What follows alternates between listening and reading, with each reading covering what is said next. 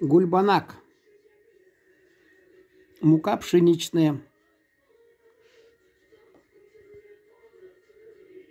Мука пшеничная 633 грамма, яйцо 240 граммов, молоко 130 граммов, соль 2,5 грамма, выход теста 1000 граммов, масло топленое на жарку 330 граммов, сахарная пудра 50 граммов, выход 1000 граммов.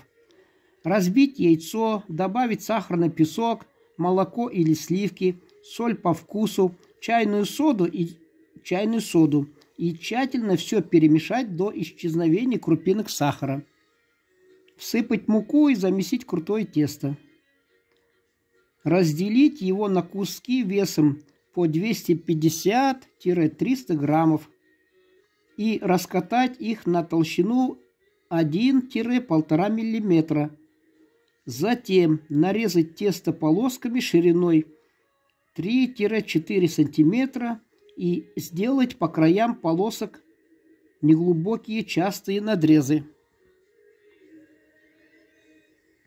Свернуть полоски в трубочки, сжать точно посередине и жарить в кипящем топленом масле.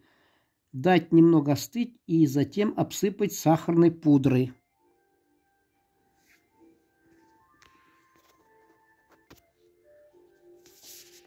Чтобы тесто не прилипало к столу во время раскатки, необходимо периодически поднимать его на линейку, так сказать. Для этого нужно взять обычную деревянную линейку с нисходящим на нет краем. Аккуратно продвинуть ее под слой раскатанного теста и короткими движениями от себя и к себе провести ею под слоем теста. После этого тесто не будет прилипать к столу при раскатке.